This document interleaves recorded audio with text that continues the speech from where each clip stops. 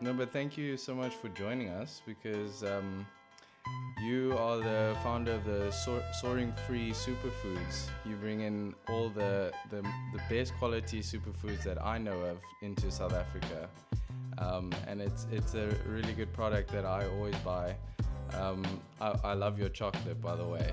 That's my biggest buy in terms of superfoods. Awesome. But tell me a little bit about yourself and how you got onto the superfoods journey. Wow, I've got to dig back deep now. Yeah, we got to dig deep. Well, I mean, I got interested in health food very early on. My wife and I met when we were 19, so it's been quite a while together. And she'd gotten into health food because her dad had cancer while she was a teenager, so they were looking at alternative treatments and therapies and that kind of thing. So she kind of inspired me into eating more healthily, and then we moved to the UK and went to a lot of health trade shows there, and that's where we met a lot of the guys in the UK who are into health and particularly raw food and superfoods. That's where I first learnt about superfoods and started eating goji berries and raw chocolate and all that kind of stuff. And then we decided to come home and start sharing what we learnt out there. We trained as raw food chefs in England and learned how to make raw food and superfoods taste delicious and alternative to what people are used to eating from a cooked food point of view. And went through our own journey for about 6 months to a year of transitioning into a high raw diet with a lot of superfoods in, and just felt fantastic and wanted to share that. So we started running little workshops here and there, initially just for our friends. And people responded amazingly to it. They were wowed by the flavors, by the experience. It's a very new, very creative, very cutting edge kind of way of eating, or at least it was 10 years ago. And we got some very good press early on, newspapers and magazines, so the word kind of spread that way. And I always spoke about superfoods in the early days of the courses, but they weren't really available. I had contacts in England. We had set up a small online shop in the UK. So we started bringing in dribs and drabs because I'm teaching people to make raw chocolate, but there's none available. So they would say, where do I get the ingredients? And I'd be like, oh, you got to buy it online. And that was 10 years ago. People were like, online? What is that? Yeah. So we realized we had to actually start bringing some of this stuff in, otherwise we'd be lynched. And initially started with goji berries and raw chocolate, had them available at our events, and then we got a little stall at the Biscuit Mill Market in Cape Town, and we were there once a week with our stall selling smoothies and raw chocolates and raw soups and salads and wraps and that kind of thing. And the intention was never to create a brand that was available in shops countrywide. I was a little bit more trained in the online marketing side of things, but as I said, 10 years ago, the internet wasn't that widely used, particularly online shopping. So we started getting a lot of calls from health shops saying, oh, I've heard you sell this, I heard you sell that, would you supply us? We were like, oh, I don't know what that means. Because, early days, Beryn and I did everything. I did all the design and the artwork for all the packaging. We borrowed a bit of money from Beryn's mom just to bring in our first order. So it was all very new to us. We're not trained in business, in any way. It was just our passion and yeah, you learn on the go. Absolutely, learn on the go. No, and that's where it started, and it built up from there. And I'm very grateful for you guys to have this because now it's accessible to South Africans all over, and quality is a big thing, especially in terms of superfoods. So did you go all over the world and travel to find these superfoods? How do you source these things? Sure. So initially, because we had lived in the UK, I had quite a few contacts of very high quality stuff there. And I think the reason we started off with very high quality is because of our background with raw foodism and organic food. We were very clear from the beginning that we were doing this for health reasons, and that included eating only the highest quality food we could find. So a cheap goji berry from Chinatown was covered in 20, 30, 40 different pesticides. That was not Yeah. anywhere close to a superfood in my book. So we weren't really going to bother unless we could get access to the best quality stuff. And so initially we were lucky we had UK access, but I met David Wolf very early on in our journey, Oh, and wow. Shazzy and a few other people, and they gave us good pointers too and tips. And then it was just learning over time, who are the actual best suppliers, doing our own testing. We did some travels early on. We went to South America and met our cacao supplier and our maca supplier. A few years after that, we went to China. Mission of a journey to get to the behind the Himalayas, the Gobi Desert, Oh, to go and wow. see where the goji berries grow, where they cultivated and where they grow wild. Um, so we've been to a lot of our farmers, not all of them, but a lot of them. We still do travel from time to time. 2 years ago, we went to Bali and we met one of our suppliers there and saw their whole operation. Okay. Um, What do so yeah, you get from Bali? we get our coconut blossom nectar and Oh, yeah. a few cacao products on occasion. Mm, mm. Oh, Yeah, do you get that from big tree farms? that's right. Yeah, okay. Yeah, I was there recently. We went for a tour around the farm and stuff. It's very cool. Yeah, it's quite cool. They do a tourist tour where you can mission Mm, around. And yeah, their factory's amazing what they did with that bamboo yeah, structure. yeah. Um, but I think that's a really cool thing is to travel and you kind of because you go to all the sources of where these things are. You kind of more connected to your food because superfoods obviously it's not something that they grow in certain climates. So it's not like I mean we can grow our own, but it's a lot beneficial when it's in its wild natural state.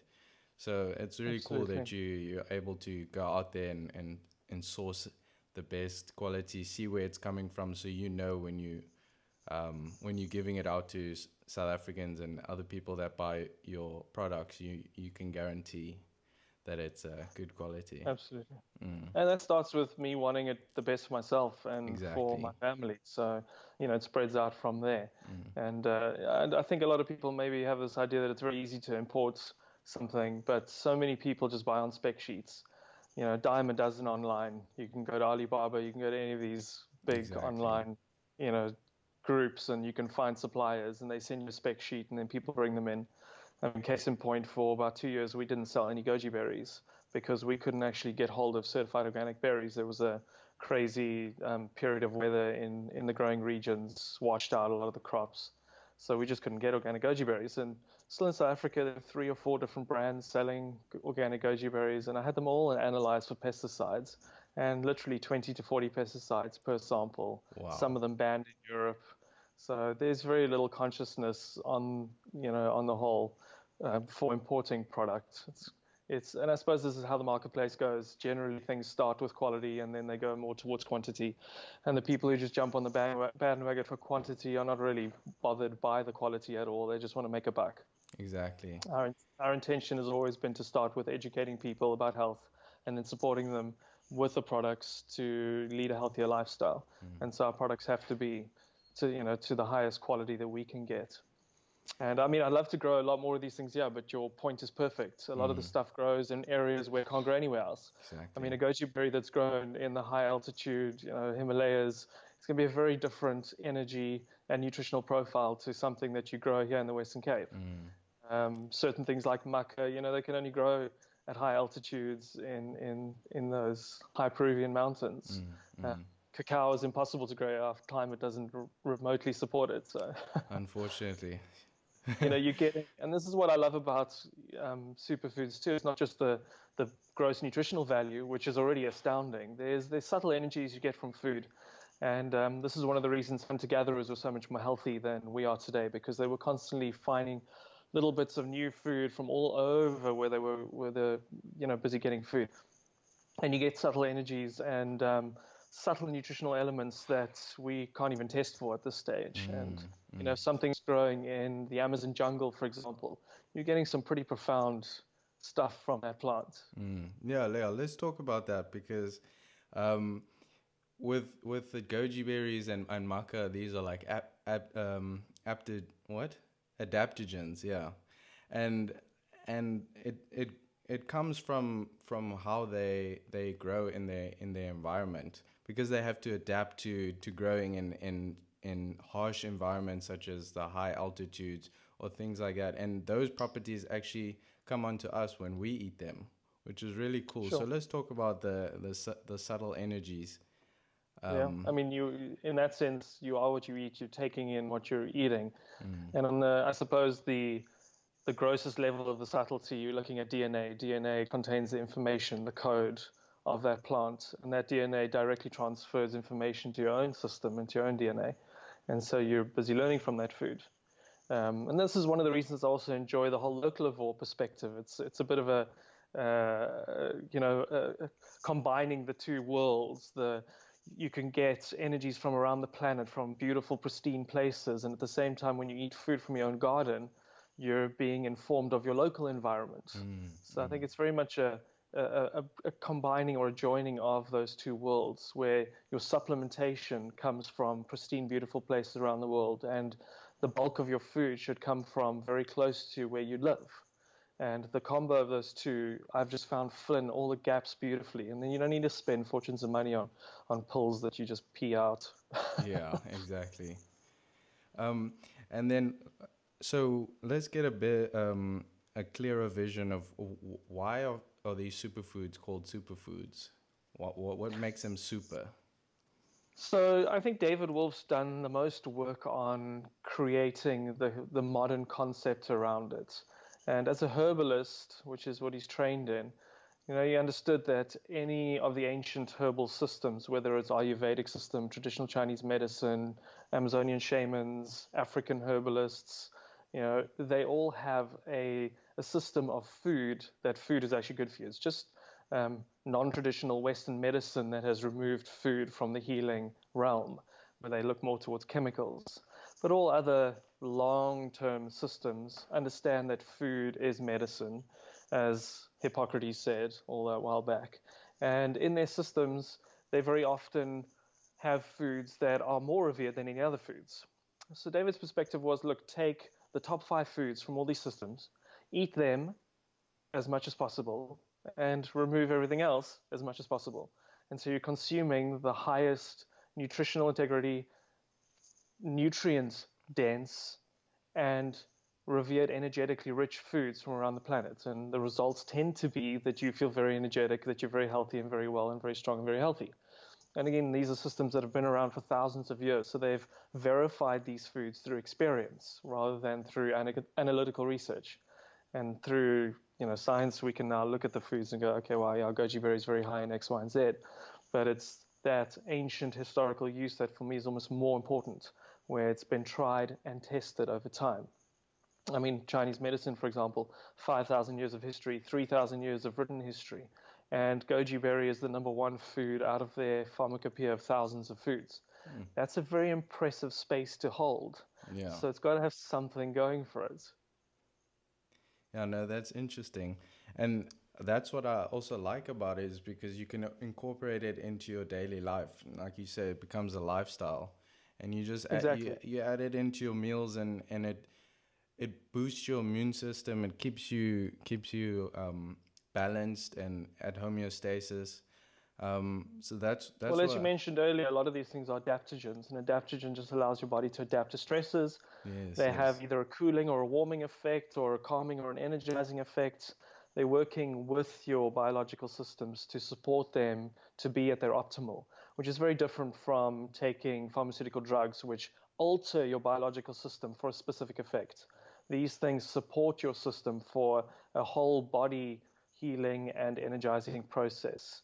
And our bodies know food. They've been eating food a long time. So, there's no risks here. There's no downside. There's no long list of potential side effects. Yes, yes. Yeah, I've there's no had this. worries about overdosing. No, well, maybe with chocolate, if you have too much, you'll get Maybe. too happy. Yeah.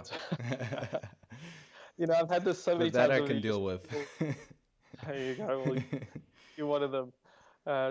People have come to me over the years and said, yeah, yeah, yeah, you talk about, traditional cultures and all these ancient traditions, but there's no scientific research that says goji berries are good food, just making it all up. And then I would say, like recently, John Matham, for example, was ranting on Cape Talk about how superfoods are a load of absolute rubbish, and it's just big Oh, corporate money companies making trying thing. to Yeah. con people. And I'm like, whoa, that's cool. We're a big corporate company. Not. Yeah. I'm like, money making, wow, making profit, that would be something unique. Yeah, yeah. Rather than, small family run business just trying to make it year on year. Such a different perspective. Exactly. Uh, but then, I would say to him, look, I can email you at least 20 research articles, scientifically proven research articles on any of superfoods you like. They're all available. We have them all. This is one of the reasons we're redesigning our website right now, is to have a section on there where people are able to get access to those papers, because a lot of people don't know how to find them online. I mean, it's incredibly easy. Um, the challenge is that in South Africa, we're technically not allowed to say that these things are good for you, because our labeling laws Oh, yeah. have changed, that food cannot be therapeutic in any way whatsoever, Oh, no. even though they are. Yeah. So, it's an interesting world out there. I mean, this is why we wrote the Magic of Superfoods book, was to still allow that information to be accessible by people. Okay. So, And why I continue to do free talks and seminars and okay. sharing information on level 2. Yeah, I was just about to ask how do you actually get the information out, because it's once people have the information, then they can go for themselves and decide if they want to implement it into their diet, and Sure. that's the only real reason, or that's the only real way we can change, is for people to implement it into their diet, because the food will do what they do best, and then they'll change their lives, and then that's how they'll see the benefits. It's Yeah, always that he say she say, but as soon as you try it, it works. it's very much a core principle of herbalism. Your herbs can't help you if you don't take them. Yeah, exactly. And it might seem simple, but a lot of people are not willing to trust that it's going to help them, because there's so much rubbish out there, so many stories out there. So I understand. I mean, I'm a skeptic by nature. Um, and often the leverage of understanding why something is good for you is an important place to start. Particularly for the guys, often they want to, see the science first before Yeah. they'll try it. And this is why our business is based on education. It's how we started with courses and workshops, and why I continue to do free talks and education out there. I mean, I'm in Cape Town every month now. I still do a talk every month. I was just up in Joburg and did a talk there for 200 people at a conference. So, and I don't charge for any of these talks. For me, it's about just sharing the information. Nice. And superfoods is a part of that discussion, but it's a much broader discussion around health and wellness, particularly in the world we live in right now, which is so toxic, and where the food has changed to such a massive degree over the last 50, 60 years. And this is why I want people to know about superfoods, because there's been I just recently got Tim Noakes on, and we were speaking about banting, and I'm very very much a proponent of banting, but more bulletproof, where you focus on the quality of foods. You got your fats, but you have to make sure what kind of fats, the quality, where you're getting it from. Are you getting grass-fed meat, or are you getting industrial meat? Because there's a massive difference between those two. A lot of those kind of things, but superfoods and raw foods are a big part now, because I don't think that bulletproof is enough anymore, because we need it. There's not enough healing foods. It's good, and it's good nutrition, but then you need that healing, that herbalism effect, like you were talking about, and I would like to implement those two together, but there's one problem that I'm still facing, is mixing carbohydrates with too much fats, because the only problem is that we're getting too much carbohydrates from fruits. Now, I'm still a bit iffy there. Do you want to maybe help me out? And Sure. I mean, yeah. the whole diet fad world is it's a mad mess out there. This guy says this guy says the next thing. I mean, the closest thing I'll come to align myself with is some sort of paleo perspective, which is, as a hunter-gatherer, you're basically finding whatever you can eat, Yeah. whether that's plants and animals. And it just so happens to be mostly plants because they run away less slowly. Exactly. Um, our modern diet is so radically different to that. I mean, everything is grown in ways where it's nowhere near the nutritional level of its wild counterparts in any way. It's one of the reasons I actually love superfoods because many of them are actually wild harvested, so they still contain that wild genetic and nutritional level. I'm very much a fan of what Banting's done in order to make, the fact that sugars are poison more well known. I've been saying this for decades. Sugar is a poison. And if you're eating non-organic fruit and very sweet fruit, there's not a hell of a difference. It's still going to spike your blood sugar. It's still going to do all the stuff that sugar does to you. So I'm definitely a fan of shifting your own body and your own diet based on the seasons, based on where you are in your life, based on your requirements for cleansing and detoxing. I mean, that's very astute, your perspective there, because a lot of people don't realize that although going on a high-fat, moderate protein, low-sugar diet can support your health long-term, if your body is completely loaded with chemicals and toxins and environmental pollutants, you're not going to get it out that way. The way to get that out is to go on a very high fiber, very high water, very high raw kind of diet. Strip out all the poisons, lose some weight that way, and then start increasing the fats and the moderate protein while still maintaining the low sugar. So there's no hard and fast rule. There's no, this is what you should do for yourself. This is, what I've done for me and what's worked for me. For me, it's far more about quality, which is one of the things I really don't like about with the current version of Banting in the country. They've paid almost no attention to quality. Not at And for all. me, it's all about that. When you look at a book like Diet for New America, John Robbins, his research found that 90% plus of your pesticide exposure, herbicide exposure, and environmental toxin exposure comes from meat, fish, and eggs. So animals are high on the food chain. They concentrate toxicity. If you're going to eat animal foods, which I recommend, I'm not a vegan myself. I experimented with veganism for a while. You have to make sure your animal food is as clean as possible, even cleaner than your plant food. Yes. If you're going down to a supermarket and buying factory processed and fed animal, I mean, it's Russian roulette. You're looking at major challenges there.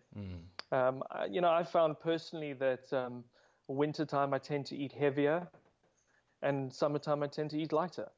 Going with the seasonality of things is a great way of making it easy on yourself. Trying to eat raw broccoli and salad when it's 3 degrees outside, it's tricky. Yeah. Doesn't really support it. So, I found seasonal eating a great way of making sure that you're moving with the tide of what's happening energetically around you too. No, then. And then again, just to your point again, quality as much as possible. If you're eating the highest quality butter and the highest quality animal foods, you're just much safer. Yeah. And you don't need as much because there's more nutrients in there and all those kind of things. There's a lot that plays into it. Absolutely. But I like your way of looking at it then in terms of health is not, it's not just raw, it's not just veganism, it's not just this, but to play around with all the good things about each diet and work with what works with you best. It's not. Absolutely. That's the problem about these labels is now you, as soon as you say veganism or something, then you have to strictly know meats and things. But if you're lacking in certain nutrients that you can only get from animal protein animal meat, then you should at least give your body a little bit of that. You don't have to. Absolutely. It's a stick bizarre to one thing. Even though I've written 2 raw vegan books and spent a good 7 odd years as a raw vegan myself, I've never been a fan of boxes. I've always felt that when you limit your consciousness with ideological principles and that's what guides your health, that you're going to run into problems long term, because then you're no longer flexible with the needs and the requirements of your body, of your mind, of your spirit. Amen. You become stuck. And to me, life is not about stuck. Life is about movement. And movement means you're going to change your perspective. And it might take you years, it might take you decades, it might take you months. But allow your body to guide you. And that's why, for me, quality is so important. When you're eating clean, high-quality food, your body's feedback system about what's working for you and not working for you is accurate. If you're eating, rubbish, GMO, highly processed toxic food, you have no idea because your body is just being hammered. It's not giving you accurate feedback anymore. You're basically addicted to drug food. Exactly. And that's why I'm always well beyond any of these labels. I'm like, get back to the quality, get back to the real food, get your body clean. Then you'll know because you don't have to listen to anyone else. You don't have to listen to anyone writing a book about any particular perspective on macronutrient combination. You can listen to your own body and what you need in that time. But Nice. just go back on the quality because I think it's something that's so not mentioned. And this was the thrust of my talk I just did in Joburg. People don't understand the level to which food has changed since World War II. Once chemical agriculture came around, food and the way food is produced has radically, radically changed. I mean, they call it conventional food. There's nothing conventional about it whatsoever. Conventional food is the last couple of thousands of years of eating natural, organic food. The last 70, 80 years of eating chemically produced food is an incredibly different thing. I mean, you're looking at nutrient levels up to 10 times lower. You're looking at pesticide levels like 100 times higher. You're looking at genetically modified foods being introduced in the last 20 years that it's absolute Russian roulette. There's no human studies that have shown that it's safe. There's none that have shown that it's dangerous. But animal studies clearly show that it's dangerous.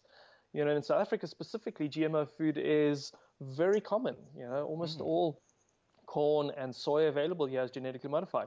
People aren't aware of that. People don't realize that a loaf of bread in a supermarket isn't wheat anymore. It's mostly soya and E numbers. Wow. And this is why I go straight back to read the labels. If you read a label on a product and you can't understand or even pronounce one of the ingredients, you best put it back down again. It's not food. Everyone's much safer, much healthier from a real food perspective. Yeah, no, it's true. Now I want you to give some advice for people that are wanting to change, because it's difficult to start off, and especially with raw foods. I mean, you guys make it very tasty, and it's also a bit price range. If you really want to go into raw food, it can be a big change. So how can we start slowly, and then, because eventually the more benefits we'll get, the more we'll want to spend that money, extra money, for these kind of foods, because we see the benefits. But how do Sure. people who are on this toxic diet, there's no way of them seeing the benefits? So how can we start them off and then carry on with their journey? So I always recommend adding in 4 types of foods: smoothies, salads, juices, and snacks. And this kind of makes it really simple. This is, I mean, our whole book, Rawlicious, and even the magic of superfoods is these 4 foods are the primary things. Smoothies, for me, they're the true fast food of the health world. Yes. Blenders are so widely available today. I mean, you can get a little hand stick blender, which costs $200, and you can make yourself smoothies. And with smoothies, you're looking at making it as low sugar as possible, so as little fruit as possible, as high green as possible. So I kind of bounce between a green smoothie and a chocolate smoothie. Your green smoothie will have your green leaves, green powders, wheatgrass, green superfoods, and your chocolate one contains your raw cacao and other type of superfoods. And that's why I've made 2 blends of superfoods, the green shake blend and the super shake blend.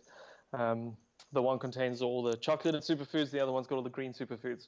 And the easiest way of making a smoothie is to chuck a banana, some water, and one of these smoothie mixes in there and blend it up. Just have that, as breakfast for 30 days and see how you feel. That can make a profound difference to people. One of the things that I love about the smoothies and the shakes in that way is that they make you feel full, more full than people would expect because of the nutrient density. Hunger really is your body's search for minerals. When you get sufficient minerals, your hunger switch is turned off. That's why you can eat junk food and keep eating junk food and keep eating it, because there's very few minerals in there, so your body is not going to turn that switch off. So smoothies is a big one for me. I love it. It's easy, it's quick, it's simple. You can make it taste nice. If you want to get more into the detoxification side of things, then juicing comes in. And for this, you need a little bit more of a technical piece of gear, some sort of juicer, ideally a slow masticating juicer that will juice green leaves, because the green leaves are where the healing is at. Your detoxing is sped up radically when you drink green vegetable juice. So this is spinach, this is juicing kale, celery, cucumber, all these types of greens. And I've got lots of free recipes online and obviously lots of recipes in my books. So the smoothies are the nourishing aspects, the juicing is the detoxification, cleansing aspect. When you do the two of them together, then you're getting the best of both worlds. You're dropping out the poisons and the toxins, and you're increasing your nutrification with the smoothie and also the juices. So you immediately start feeling better. Salads are an amazing way of getting in more fiber and more greens and feeling more full. And this reduces your craving for sugary sweet foods, but also for other junk foods. And so I recommend one meal a day, making sure it's a big mixed salad. And one of the key components for me on salads is sprouts. You know, growing your own food is one of the most liberating experiences. I mean, I'm looking out here at my massive vegetable garden. I mean, we grow a lot of our own greens and vegetables, and the taste and flavor from that is completely different to anything I could ever buy in a supermarket, even organic food. And for a lot of people, growing their own vegetables is a bit of a leap initially. They may not have the garden or the knowledge. So sprouting is the way you can get into it super simply and easily, and it's incredibly rewarding to, you know, sprouts and get that flavor and get that taste. And your sprouts are incredibly nutritious. I mean, they might be one of the most nutritious superfoods available today. And for anyone who's into, you know, betting on a winning game, you planting a few little seeds and you're getting massive reward from sprouts that grow out of that. And it's 3, 4, 5 days, so it's a quick turnaround. And so if your salad is made up of, you know, a large portion of sprouts, that's massively nutrient dense. And then the last part of that was snacking. Snacking is one of the ways people get a lot of poisons in. You know, chocolate bars, unhealthy chocolate bars, sweets. I mean, there's so many things. Yeah, all that rubbish. You know, so if you can switch your snacking to a health version of that, whether that's, you know, a superfood raw chocolate bar, whether that's fresh fruit or some sort of trail mix with dried fruit and nuts, it's a great way of shifting a potentially toxic input into your diet to a healthier perspective. Now, if you do those 4 things in one day, smoothie, juice, salad, snack, there's not a lot of room for anything else. Yeah. You're going to be feeling you're going to be feeling very satiated. You know, you'll be enjoying your experience and being very nourished. So that's my general, you know, advice for getting into this. Okay. Yeah, and I think when people finally make the decision and they start to play around with it, making smoothies and stuff, well, smoothies, particularly for me, is a lot of fun, because then you start putting in a lot of nice ingredients, you make it tasty, but I realize how much food you can actually get in with just a smoothie, and I could go with the whole day with just a smoothie. Absolutely. I mean, I've got a good friend that literally goes all day on smoothies and then has dinner. Yeah. So yeah. You can absolutely do that. Make a liter or 2, keep it in the fridge, put some in a flask. Yeah. I mean, it's a meal replacement. I often get asked, are they meal replacements or additives? I'm like, no, it's a meal replacement. You're getting profound nutrition here. Yeah. And the better blenders you get, the more you can put like fibrous foods in, because they just become nice and smooth. And then you're getting lots and lots of fiber. But that's really cool, because once you start putting in those kind of things and you're still eating your normal diet, eventually over time you'll start to wean off the bad stuff, because like you said, your body starts to switch on and realize, oh no, actually I like that smoothie, I don't like that burger. And your body tells you those kind of things, and eventually that's how you get your journey started. That's exactly what I've been telling people on my courses for years. You know, I call it the just add in or the just take out method. A lot of people like to know why things are bad and have the personal power and discipline to go, I'm never going to eat that again, or I'm not going to eat that again. And then they just cut things out. But most people I've found prefer the just add in method, which is just add in really good stuff. You know, let the good stuff push the bad stuff out. Yes. Once you're satiated with the good stuff, the other stuff's going to taste weird. I mean, I have so many examples of that. A lot of times, I generally get more women coming on my courses than guys. I think guys are a little bit scared. Yeah, true. And, you know, they'll often say to me, oh, how do I get my husband to stop eating bacon 4 times a day? You know, he read this book that told him that was a good idea. Oh, no. So I'm like, look, just tell him you love him and you want him to be around and not die of heart disease. So why don't you just give him a green drink before he has the bacon? Don't tell them to stop having the bacon, because guys don't like Yes. being told what to Yeah. do. Yeah. They hate unsolicited advice. It's the worst thing to do. Mm-hmm. Yeah, so don't tell him to not do what he's doing. Just say, love you, drink this first, then have whatever you want. Yeah, be And it's clever amazing about how it. many people I've had who have actually done this. And after a while, the guy will be like, bacon doesn't taste so good. Mm. It's not so nice anymore. And they naturally just start having less and less. Mm. Yeah, that's true. And I guess that's also another easy way to get your kids to start doing that, because now a lot of people are finding that their kids are addicted to sugary things, and it's very, very difficult, especially as a young child, Yeah. to try and stop snacking, and you don't know what they're doing at school. They could easily have access to these things. So just Sure. giving them that smoothie in the morning, at least, it could you help can them make it out. taste so nice for them that they love it. I mean, if you've got to chuck in a whole bag of dates, do it. Yes. But I mean, I have a 5-year-old, so I know the process with kids, and it's amazing. People always going, "What's your secret? Why does Katara eat broccoli? Why does she love eating all this health food?" I'm like, she likes it because that's what she knows. She Yeah. doesn't know anything Mm, else. mm. And as a parent, you have a very short period of time to get it right. And if you don't get it right, you're going to have a very hard time to fix it. Yes. Because once they're addicted to all the sugar and the sweet stuff and the sweets and that kind of stuff, then it's incredibly difficult to get them back. They follow by example. Children are programmed beings. They listen, they learn from the environment. If you're eating sweets and chips and sugar and all that kind of stuff, they're going to do it. And if you then go, oh, we've changed, we're now eating healthy, they're like, what? Hang on a moment. That's not my programming. Mm-hmm. So, and this Mm-hmm. begins in utero. Whatever the mother eats while she's pregnant is what the child's being programmed to receive when it comes out. And you see how many kids start being fed formula and they're like, "Ugh, what is it?" And they spit it out and they start being fed these weird, purified or pureed foods, and they spit, what is this stuff? Why are you feeding me all this weird stuff? You didn't eat this stuff while you were pregnant. Yeah. Yeah. So you have to lead by example with them. And, if you set a precedent at home that they're used to, even if they're eating other stuff out there, they have a base. And, I know so many parents whose kids just eat well because they eat well at home. Mm, mm. Yeah. Let's talk about your new product, which is the raw chocolate bars.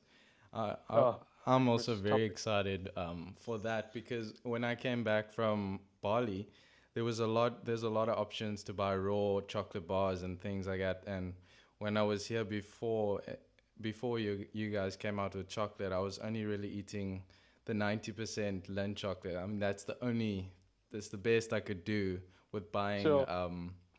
If I just wanted a chocolate bar here or there. But now you've got the raw chocolate. So tell me a little bit about that. Well, I mean, I have to thank David Wolf again for teaching me like 15 years ago about raw chocolates. I remember being on a retreat with him. Must have been like 2004 in That the must have been UK. incredible. He's such an incredible guy, honestly. And he just had such a rant about cacao for about 2 hours. Yeah. And the light bulbs went on for me. And, Beryn is a fourth generation baker's daughter. So, I mean, she was brought up on chocolate. Oh, wow. Yeah. So when we learned that chocolate was actually a poison and not a health food, and slave labor and sugar and all that kind of stuff, it was a bit hard for her to give up the chocolate. But fortunately, quite a few months after that, we discovered David and the whole raw chocolate perspective. So we initially started with eating just cacao nibs and raisins. That was how we were having it. And then over time, learned how to start making our own chocolates and then teaching people to make chocolates. And I've always been very much a fan of teaching someone to make their own thing, because we bring the raw materials, the cacao paste, the cacao butter, the cacao powder, and it's so rewarding to spend an afternoon with your kids making chocolates and making different flavors. But I very quickly learned over time that a lot of people just don't have the inclination or the time for this. They just want to go to a shop and they want to buy a chocolate bar. I mean, I had a similar experience. Occasionally, I just hadn't made chocolates and I'd want something, and I'd have to settle for eating a block of cacao paste with a date, Yeah. which kind of works. Yeah. Hey, And dates work really well with raw chocolate. absolutely. Yeah. And I'm very much a fan. Well, I have a perspective where I'm not really interested in doing something if someone else is doing it. And just in South Africa, no one was doing raw chocolate commercially to a level that I was entirely happy eating. Yeah. There was either, weird sugars being used or weird chocolate ingredients being used. And so I just realized, okay, if no one else is going to do it, I'm going to have to do it. And I mean, we know almost nothing about making chocolate commercially. So we had a very steep learning curve. And early on, I mean, I'm very good at making it in my own kitchen on a small scale, but Exactly. actually making chocolate commercially is a very Yeah. different animal. So fortunately, I have very good friends who are in the raw food production game, Natalie and all from Earthshine. Not that they were really making chocolates, but they at least had a factory. So they came over here to our farm, and we had long discussions around whether they could make it or not. And Noel did a lot of research into how other raw chocolatiers in the UK, particularly, are making raw chocolates. A lot of investment was made to get the best equipment possible, stone grinders, etc. And we've come a long way and are now making what I believe and what many people believe to be one of the finest, highest It's quality raw delicious. chocolates on the planet. Mm. I mean, my favorite chocolate is the Sacred Heart. That you can get from the States that Steve Adler and David Wolf manufacture. But, Okay. I'm preferring these days my chocolate bar. Oh, nice. And, a lot of people when I say fine, we're talking about the smoothness. There's a micron Yes. size there. We're getting it under 100 microns with a stone grinding, and that takes over a Wow. day. Wow. And most of the chocolate bars are made using high-speed metallic grinders that leave a Mm-hmm. high residue of metal in the food itself. This is why we've stuck to And the old heats it up. slow, sure, and heats it up. Mm. We've stuck to the old slow stone grinding process, and it's all very artisanal and small scale, which makes it a lot more expensive. So our Yeah. chocolate bars are our lowest margin products by a long way. Yeah, I can imagine, but On top of it having the helps. most expensive packaging on the planet. We can talk about that in a minute. Mm. I initially wanted to bring out a chocolate bar that set the bar, excuse the pun, higher than anything available on the planet. No, you This is why definitely I did. went for what I call the super herb bar. We've got 20 different ingredients there, super herbs, superfoods. So it's a chocolate bar that's actually a supplement. It's a supplement food that you're getting herbal supplementation on a daily basis. And we did the one sweetened with coconut sugar and the one sweetened with mesquite powder.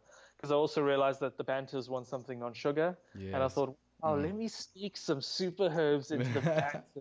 That'd be fantastic. Actually Yes. start getting them some deep nutritional integrity. That's what they And so that, need. Mm. yeah, those two chocolate bars for me are just profound foods. I mean, deeply nutritious. They also have quite a profound effect on the brain and the nervous system. And people who use them who are sensitive often will send me emails or call me and go like, what the hell have you put in the chocolate bar? I'm as high as a kite. Like, yes. Yes. Because the one thing I've realized after years of doing this is people are just too serious, too Very like much they just so. Yeah. depression is the most common thing, even low grade depression. People don't realize they're depressed, and that a lot of that is down to nutritional elements. They don't have the PA and the anandamides, the serotonins, the dopamines, the things that the brain needs. They don't have the precursors to make their brains function effectively. And so I've very carefully designed that chocolate bar. It took me about a year of trial and testing on myself and my friends to get it to a point where it's actually going to have a profound effect on your mental state. You actually feel better on it. And that's for me is probably one of the most profound results of those two initial chocolate bars. Nice. I mean, we've now brought out other flavors to kind of make it a little bit more mainstream because we had high hopes for our sales for these two chocolate bars, but we quickly realized that they're still very esoteric. Yes. They're very fringe. People are like, what is going on? They don't even understand it. So our Don't sales worry. forecast The short. information is growing day to day, so For sure, eventually for sure. more people. Yeah. I'm very happy to have started with the absolute highest quality, best Exactly. nutrition bar, and then now we're making some that are a little bit more, you know, sustainable for people, or at least approachable for people who are used to eating the Lints and the other chocolate bars. Yeah. So Yeah. we added 3 flavors, and now we're adding another 3 flavors coming in the next month, which are, I mean, the three flavors that are coming are freaking incredible. They're I'm quite. excited. There's a chia ginger flavor coming, a matcha mint flavor, and a longevity coffee flavor coming. So Yo. yeah, Are you getting the longevity coffee from Longevity from Warehouse? longevity warehouse. Yeah, Oh that's wow, that's great. coffee I would be comfortable with putting in the chocolate bar. So Mm, mm. be ground down and placed in the chocolate bar. And then we've also got the bags available in our shop now in Westlake Business Park for those who like their coffee and want to do bulletproof. And Serious. so yeah, we're importing it Oh, and selling. fantastic. Because coffee is kind of like a cow. A lot of people go, Yeah. chocolate's poison, and then they do the research. They go, oh, actually, there's some good nutrition here, Yeah. and it's Yeah. actually food.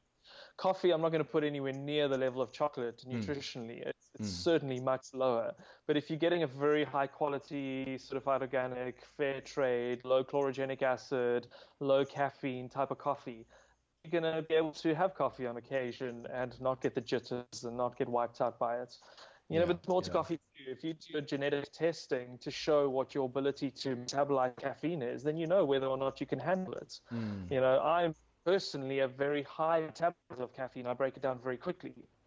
So I can have coffee and it doesn't make me freak out. But I don't actually drink coffee. It's not a drug of my choice. I prefer chocolate personally. Yeah. But I know a lot of friends who do love coffee and they're drinking other than the best ever coffee. So I'm happy to be able to offer them, the highest quality coffee in the world.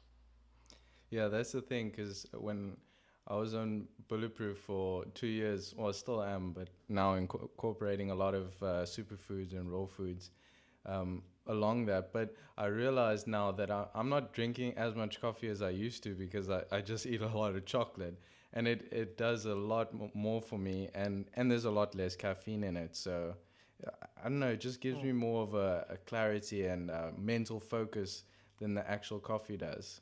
So I think the too much stimulation definitely switches off that focus for some people. Absolutely. And I've just found that, if you do it too hard for too long, you become, I won't say addicted, or maybe a strong word, but you definitely become habituated to it. Yeah, and for me, it's always an indication if you're in a dependence. Can you stop tomorrow? Yeah. For how long can you stop?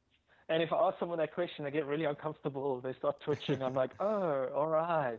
I see where you're at. I don't like being a slave to anything, Yes. To me, life is about freedom as far as possible whilst in a temporal form state. So I realize there's a level of lack of freedom just inherent within the process. But, if you lose your freedom to the degree where you can't have something for a day or two, otherwise you're going to get headaches and feel uncomfortable. To me, that's not the game that I'm playing. Yeah. But hey, if you want to play that game, go for it. Just know you're playing a game, and that game's going to have consequences. Consequence of action. Exactly. People are adults. Big people, they can make up their own. One of the things I hate about legislation on any level regarding food and health, even level legislation, you start putting labels on boxes to tell people something's bad. I mean, seriously, people can figure this stuff out for themselves. They're not stupid. Yeah, that's what it is, though. What else did I want to? Oh, I also wanted to talk about when you said about slavery and the things ruling, pretty much hunger rules the majority of people. But I recently had a problem with, or initial problem, because I knew superfoods and raw foods, they're good and we need them. And initially not coming off the Bulletproof, but incorporating more superfoods, I was eating a lot more. But now I'm not eating as much as I did then. It's just because my body was so hungry for all those nutrients that I needed to get more smoothies in, more raw foods in, and eventually now I can fast and it's okay. But fasting, like I would say a month ago, would have been like terrible. So I think also just listening to your body. So if you are craving all those the good foods, listen to it, give your body what it needs, and then you work from there. Exactly. If you're nourished because you're eating whole organic food, your body's going to give you the feedback. And if you're hungry, eat. Yeah. If you're not hungry, don't eat. It does seem simple, but it takes time. You figure this out over time, and it starts with making sure that you're eating clean food, high quality food, because then you can get the accurate feedback. So one of the challenges with caffeine, a lot of caffeine can reduce your appetite, and so you're not going to feel hungry, but you might actually need food. So that's why I very much prefer cyclic eating, where you're moving through different foods during the week, during the month, during the year. You're not eating the same stuff every single day. You're getting different things in. So just for people, what at the moment, what are you eating? What does your typical day of eating look like? Wow, at the moment in the morning, we're very much into our pawpaw. Um, so we eat pawpaw with hemp milk. Very much a fan of hemp milk. It's such an amazing alternative to dairy. Dairy is pretty allergenic for most people, Yeah. particularly milk. Hemp seed, shelled hemp seeds, freaking incredible nutritional integrity. I mean, Mm. that should be the superfood that's grown in everyone's garden around the world. The fact that Really it's not should. is an atrocious failure Yeah. of human consciousness and intellect at this point. Mm. And I mean, we are And it can moving in the ease. direction of allowing it to be grown, but still, It can easily we replace can eat a lot wheat, of it. the refined wheat that a lot of these people lower class people are eating, because obviously that's all they can afford. But hemp seeds, Yeah, if it was legal to grow, it is way easier. It's way cheaper for people to have access to a full like that's a full nutrient dense meal right there, absolutely. instead of the refined wheat, which is pretty much just sugar and gluten. Yeah. Or the GMO corn. I Yeah, mean, yeah, hemp and cannabis is the most profound food for low-income people. It grows in the exactly. back garden. It is a weed. They harvest it. They harvest the seeds, blend it in water with a little 200 rand stick blender, and you've Mm-hmm. got full protein, full amino acid. I mean, it's freaking incredible. My friend Tony Button from the Emporium, he Mm-hmm. supports one of the soup kitchens in Khayelitsha, and the lady there, we often give her hemp seeds and hemp oil that are close to expiry. And I Nice. mean, she's had phenomenal results with people with all sorts of diseases just Mm-hmm. adding in hemp foods. You know, now we're not even talking about cannabinoid medicine, which is another Yeah, 4 hour conversation. yeah, no. But so yeah, hemp milk is always in there. At the moment, I just came back from Joburg, so I hauled a bunch of young coconuts with me from Mozambique. I've got a friend there, Antonio at Leafy Greens Cafe, so Oh, I always get a nice. bunch of coconuts to bring them back. So I'm chopping coconuts in the morning, coconut milk and coconut meat and coconut water, just profound food. So that Mm. always goes in there. Chop a bunch of raw chocolate in there, goji berries, and it's kind of like a fruit salad Yes. um, with a whole bunch of superfoods and things in it. If I don't have that, well, that's generally breakfast. Although before breakfast, I always have a medicinal mushroom tea or hot chocolate. So I've always got a big pot of medicinal mushrooms growing, reishi, chaga, and whatever I can find in my forest. And a friend of mine, Archie, harvests locally here in the garden route. So that pot's always going. So that's my, after drinking water with a bit of lemon, it's always a chaga reishi tea. Mm. And but I'll have that 3 or 4 times a day, particularly in winter, because it's so good in supporting the immune system. Yes, yes. And well, lunch will be a mix of things. I mean, it's always a salad, big salad in there. It's always some kind of vegetable component, whether it's steamed vegetables or baked vegetables. There's often some kind of fish components. I tend to prefer small wild fish over anything else. Mm. So things like mackerel and sardines, that kind of Yes, thing, yes. Power generally foods. available. We tend to eat quite a lot of eggs. We have our own chickens. So my chickens get fed certified organic corn with a blend of superfoods, including hemp. So they get some Ooh. pretty fantastic food. So their yolks are like dark orange. When Oh people come my here and have my eggs, word. I'm like, what is going on with these eggs? Yeah, that's amazing. Like, my daughter's really been quite a guide for us because before we had children, we were very much more on the vegan thing, but Mm. she's very much drawn to more of the animal food. So we've been embracing that more. Mm. Very clean, clear palate, knows what she likes. So I'll make omelets or, boiled eggs or something like that for Yeah. her.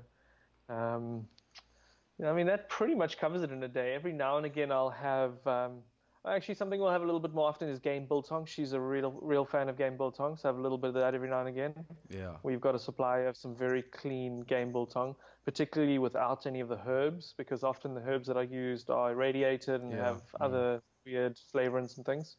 So if you can get a clean source of that, that's really good. Yeah. Wild. Uh, We don't realize wild plants are also good. Are good, but wild meat is another thing. You're getting that Absolutely. vitality of the animal just being out in the wild rather than, farmed and just having a mundane life. No, It all absolutely. all And I mean, plays a factor. there's no reason that, if people want to be eating meat, that they have to eat factory farmed animals. I mean, particularly in South Africa, there's so many other options. Mm-hmm. Mm-hmm. I mean, in the Karoo, you can get certified Karoo lamb, which, I mean, those sheep are actually eating like bush, fynbos, very like Wow. medicinal plants, Yeah. and that absolutely transfers to the tissues. So Mm-hmm. yeah, I'm very much a fan of people reducing the animal food intake. I think particularly in South Africa, people eat way too much meat, Yes. and banting hasn't really helped that. Mm-hmm. I think initially going on a reduced, lower meat intake diet will make you a little bit more conscious and aware of the nutritional potency of animal foods, Mm-hmm. and Mm-hmm. also just honoring that life that's been taken. I think it's become way too easy to just go to the supermarket and pick something off the shelf without understanding that that animal's died for you. And Yes. on Yes. my farm with chickens, I mean, every now and again I need to slaughter a chicken because there's too many males. You have to control them, and I've just been amazed. I mean, my 5-year-old Katara, she doesn't flinch. She's like, she tells me which rooster we must take. Okay, Dad, you can have that one, and then I'll process it. Yeah. And being a homesteader, which is kind of what I am right now, you become far more in tune with the natural rhythms of farming and of feeding yourself and what that really is. Living in a city, you can very much trick yourself into believing it's something it isn't. Yes. So, Yeah. No, so yeah, that's I like that kind you of our said diet that. state today. Oh, Because green vegetable juice is a very common component. We make mm-hmm. green vegetable juice from our own garden. Definitely a common component, and I add green powders to that. Mm. No, that sounds like a perfect, well balanced diet. And that's also what I wanted to say. The meat thing is we shouldn't. I also specified it in my previous episode that we shouldn't be eating that much meat. When we have that quality meat, you only really need that much, and that's where the superfoods and the other foods start to bulk up your diet. Um, Absolutely. Look, for me, meat is not about the protein. And yes. I've said this for years. If you're looking for protein, you can get Yeah, that from you can plants. get It's no that. problem. Yeah, yeah. Hemp seed, spirulina, etc., etc. It's more for specific nutrition like vitamin B12 or vitamin K2 or, a bunch of other minerals that are a bit more tricky to get that you can only get from animal foods. I mean, it's one of the reasons I love grass-fed butter. Mm. And Bulletproof's really, made this a more commonly understood thing. Mm. But some fantastic nutrients in there that you generally can't get from plants. Mm. No, I'm smiling ear to ear because you are very wise. When it comes to raw foods and veganism, and I like the people that aren't just on that level. You have you like we said before, you play around with all the stuff. You can't just ignore the fact that we can't get enough B12. We can't ignore the fact that we can only really get DHA and EPA from animal foods unless you're getting it from algae, which is like the Well, you only. know what? I got to a very interesting place in my vegan journey where I realized that in order to stay healthy, because I also do regular blood testing on myself. Yeah. It's not just a blind faith. Oh, veganism can, cure the world, as a lot of people believe, or cure my body. I was going, okay, let me test, and I was noticing nutrients dropping. So Yes. I came to a point where I had to decide: do I want to support supplements or do I want to support food? Because it's one or the other. You could supplement your way to staying healthy as a vegan, but you're going to be spending a lot of money Yes. on supplements, and you're going to be supporting an industry that is supplementation. In a way, it's a form of pharmaceutical industry. And I just felt like to be healthy, I should be able to eat food, and if my food can't give me what I want, then I'm conning myself. I mean, it has to be some level of that. Mm. And that's each person's journey to discover how comfortable they are with that. And it's not that I don't supplement at all. I do use some of the synergy products. They're actually powerful foods and supplements. But it's far less than I used to supplement. And doing my blood tests now, my markers are better than they've ever been before. And generally, my health and energy is better than it's ever been before. And I've always followed that because there was a time of being a vegan for 7 years where my energy wasn't where it should have been, and I wasn't as vibrant. I was going, okay, there's some changes that need to be made. Mm-hmm. And Mm-hmm. this is why each person, they have to experiment for themselves. Where are you at? Be honest about where you're at. Don't get stuck into an ideology. When you're stuck in an ideology, then you're going to be getting into trouble, because then you're no longer referencing reality. You're referencing some story. And I'm not a fan of referencing story for my life. I'm a fan of referencing reality, which is what's happening in front of you, what's in your life, what are the people in your life saying, what are you experiencing, what is your body telling you? Reference your feedback. This is why we have sensors, to give us feedback as to what's going on. It's one of those crazy things about being human is we get belief, and ideology then drives us to do insane stuff in the world. No, it's true. We can get lost very quickly. Absolutely. But I wanted to mention one more thing about the chocolate, which we didn't yes, get to, which was yes, packaging. yes, please. My biggest pain in having a company that sells products has been from the start that I have plastic that Yeah. ends up in landfills. And I mean, it truly is a pain for me and always has been. I've tried over the years to sell it in brown paper bags. We then try to shift to PLA, which is the cornstarch plastic. And none of this stuff works because it doesn't have a moisture barrier. So the products are dry, Oh, I see. so that we're not shipping water weight around the world. Yeah. So they're concentrated, and you just can't package it in anything that doesn't have a proper moisture barrier. 2 years ago, I became aware of a product called Nature Flex, which is very new on the market, developed in the UK, and it's basically wood pulp that's cross-laminated in its drying process to make it a full barrier. Very intelligent processes. And so I've been looking into it for ages and trying to get it here. I wasn't available here, trying to get it here. Eventually managed to pin down the local importer and agreed to supply us. But the crazy thing is, I mean, literally is 10 to 20 times more expensive than the plastic equivalent. Whoa. This is why it hasn't been used by anyone else, because it's just too expensive. And we made the decision, for me, I'm either paying now or I'm paying later. And later, I'm not paying, my children are paying, because they're the ones who inherit a world which is stuffed with plastic. And so as the owner of a company that has a social and an environmental responsibility, I could not continue using plastic knowing that there was an alternative, regardless of the expense to me and to my company. And so we are shifting absolutely everything we make. I mean, you may have seen our new packaging. It's freaking beautiful. It looks amazing. It looks amazing on the Honestly, outside. You all of those images. You open on the inside, you get this beautiful gold packet. Yeah. Very nice. I mean, it's freaking stunning. And to me now, it ticks all the boxes I could wish to tick for products. It's freaking awesome. And I just, I'm not hiding our suppliers. If other companies want to use our suppliers, I'll freaking tell them exactly where we get our packaging. To me, I'm kind of putting out a challenge out there. If you're a company who are producing products using plastic, just change. Like, profit margin is not worth it. I mean, there was a study that came out a few years ago where they took the top 100 companies in the States and they went, if you considered their environmental impact and how much it would cost them to reverse that, would they make profits? And none of them have made a cent of profit. Wow. Not a single one of them.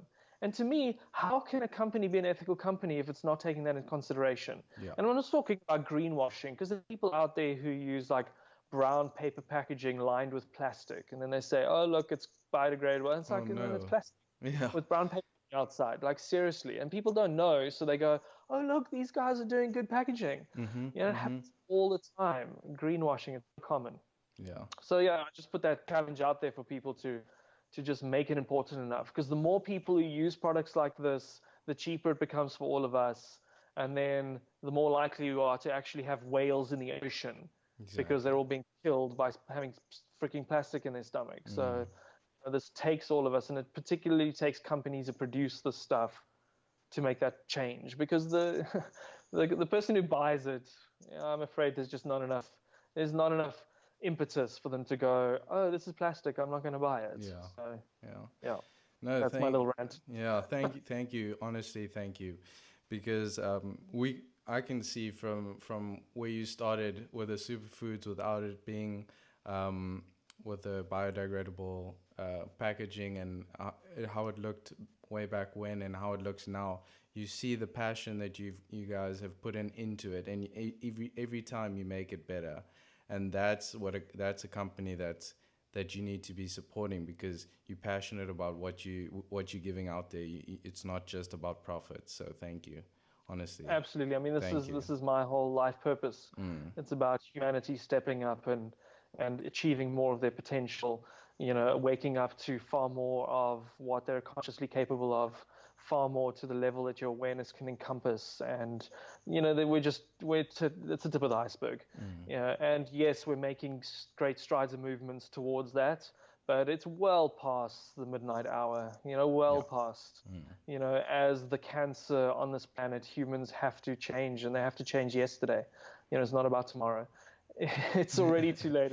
And I mean, like, I like to be as optimistic as possible. I'm generally optimistic person, so I always, take the optimistic line. But if you actually see what's going on the planet, like, it's a total fuck up. Excuse the French. I think people have no idea how bad it really is. And, people kind of just put their head in the sand and go, oh, someone else will sort it out. And it's, as Gandhi said, you have to be the change you want to see. You have to do it. You can't expect anyone else to do it, because no one else is going to do it. No regulatory authority is going to start changing it, because they're all supported by the profit massive industries that are not interested in, for some bizarre reason, in maintaining the integrity of our planet for our children, which to me is the most insane, bizarre situation ever. I mean, to me, it's a disease. It's an absolute disease. Yeah.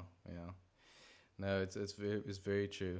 But I always like to say, there's a lot of bad going on in the world, but also, when you turn to the positive side, you realize how much good is also in the world, such as yourself, such as everyone.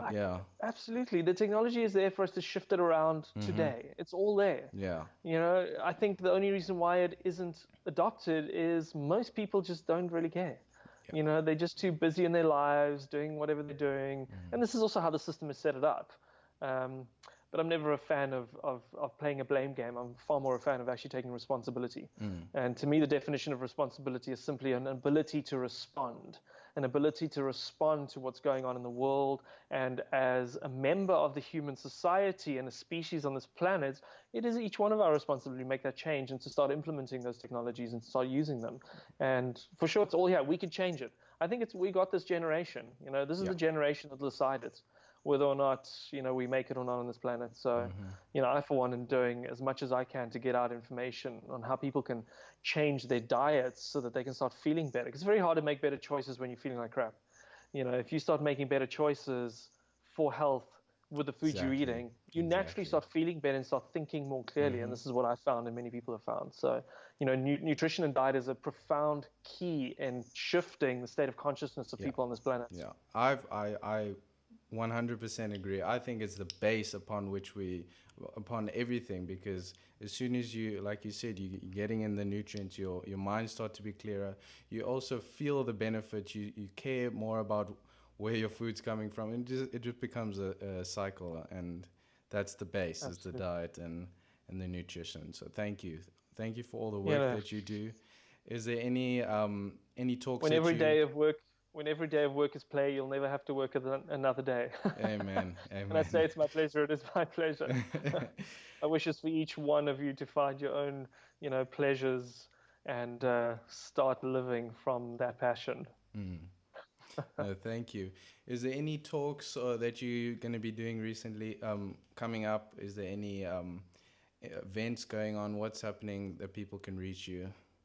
I'm generally in Cape Town in the first or second week of every month. I'm missing September. I'm back in October and November and December. If they go onto our website, rawlicious.co.za or superfoods.co.za, they can sign up to our newsletter, and then they get let known whenever we're doing any events. When I'm not in Cape Town, we normally do some kind of guest speaker. We recently had Pat Featherston doing a talk on organic gardening and home gardening. She's freaking amazing. Otherwise, we also do DVD screenings in Cape Town regularly on amazing movies, diets, environmental focus type things. So I think that's the best. Just get on a mailing list, then you know what we're up to. I've also filmed almost all of my talks in the past. They're all available online on YouTube. Our handles there are Rawlicious Tribe, whether it's Facebook or Twitter or YouTube. So people can check us out there. All right, cool. Yeah, I'll put that all on the show notes for everyone to access easily. But thank you very much for your time. I appreciate it. Oh, no, great pleasure, man. We can talk for hours. Honestly, we can. But we will another time. I want to get you in person. We can honestly chat for like 3 hours, because we'll get into it. Thank you. A great pleasure, man.